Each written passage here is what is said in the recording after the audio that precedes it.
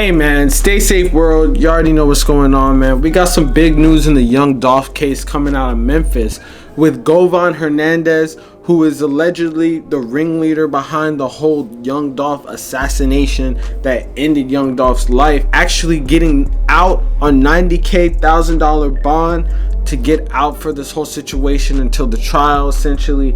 And it leads many people to believe that he's giving some type of information, maybe even some information about Yo Gotti or someone else that is apparently involved in this incident. And there's a lot of reasons why, man. Let's get into it right now. But before we do, I'm gonna need you to like, comment, subscribe. We're gonna run up this video. Make sure y'all check out the merch link in the description. Let's go. Man, so a lot of people have different questions about this whole situation, man. It turns out that the police have basically discovered that Govan Hernandez was the alleged ringleader behind the whole incident that ended up with young Dolph being killed outside of Makeda's Cookies 2 years ago. The crazy thing about all this situation is the fact that this guy basically got a $90,000 bond and is able to leave jail actually, while the other two are still in jail, which has a lot of people asking different questions. On top of that, this is the father of Cash Desto, who is, you know, Lil Uzi's artist that basically got gunned down in Houston, which is just another random fact that has a lot of different questions about this whole case.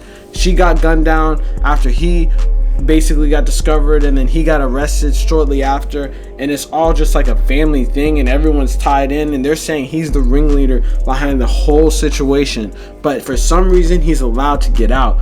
And when you look at the usual sentencing guidelines for bail or murder charges, it usually says murder charges do not have any bail set for the person due to the severity of the crime. For a second degree murder charge, bail can start around $250K, whereas first degree murder charges, the bail can skyrocket to amounts of $1 million.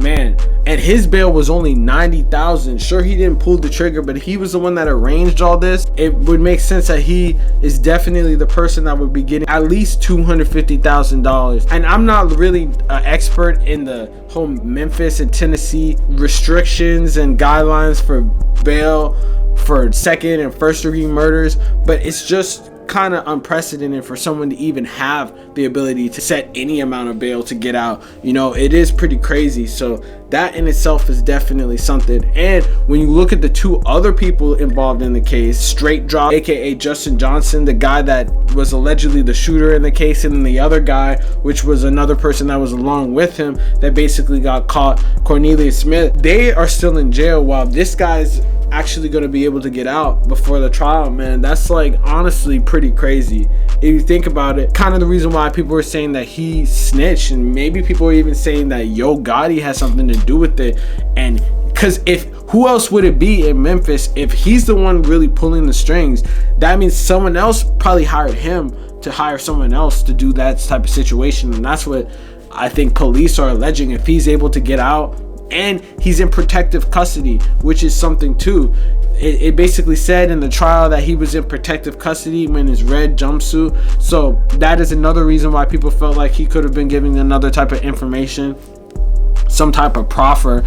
And on top of all that, he had a whole lawyer situation that switched up about a week ago, and the whole lawyer that he had was like some fancy lawyer out of Atlanta that came and then left. After Hernandez Govan was arrested last year, the district attorney said he was the one who ordered the hit in the murder of rapper Young Dolph. Months later, the 43-year-old was ordered back to court, in which much was the same. But what has changed is who is standing alongside the accused. Govan has a new lawyer. No longer is attorney William Massey representing him. And he basically now has a public defender. And with his public defender, he was able to negotiate $90,000 bail. That's like something that's super crazy that, you know, you can't really just look at that and take that for granted, because it's something that just doesn't add up, man.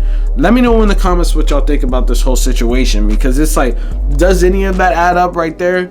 You know, like the cards are stacked against him, and he somehow was able to get out on bond, even though he's the person that was supposedly, without this guy, there would have been no situation, there would have been no reason for these guys to go and do that. You know, that's the crazy thing about it. And he's the one that's able to be free on the streets, man.